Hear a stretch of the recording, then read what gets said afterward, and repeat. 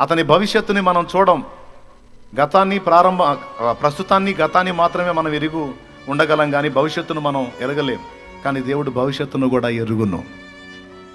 ఈరోజు మీతో కూర్చున్న వాళ్ళు కావచ్చు, మీ కడుపున పుట్టిన పిల్లలు కావచ్చు, మిమ్మల్ని కట్టుకున్న వాళ్ళు కావచ్చు, ఎవరైనా మీకు సంబంధించిన వాళ్ళలో కొంతమందిని గురించి మీరు విసుగు చెంది ఉండొచ్చు.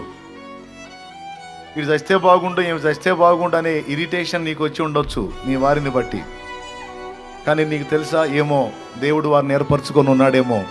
ఇప్పుడు తలపోటుగా తలనొప్పిగా ఉన్న వాళ్ళే రేపు భవిష్యత్తులో దేవుని కొరకు అద్భుతమైన సాధనాలై దేవుని నామాన్ని మహిమపరిచేటువంటి గొప్ప పాత్రలు అవుతారేమో. దేవుడు ఆ విధంగా వాళ్ళని తీసుకొస్తాడేమో. కాదని ఎవడు చెప్పగలడు? అవునా?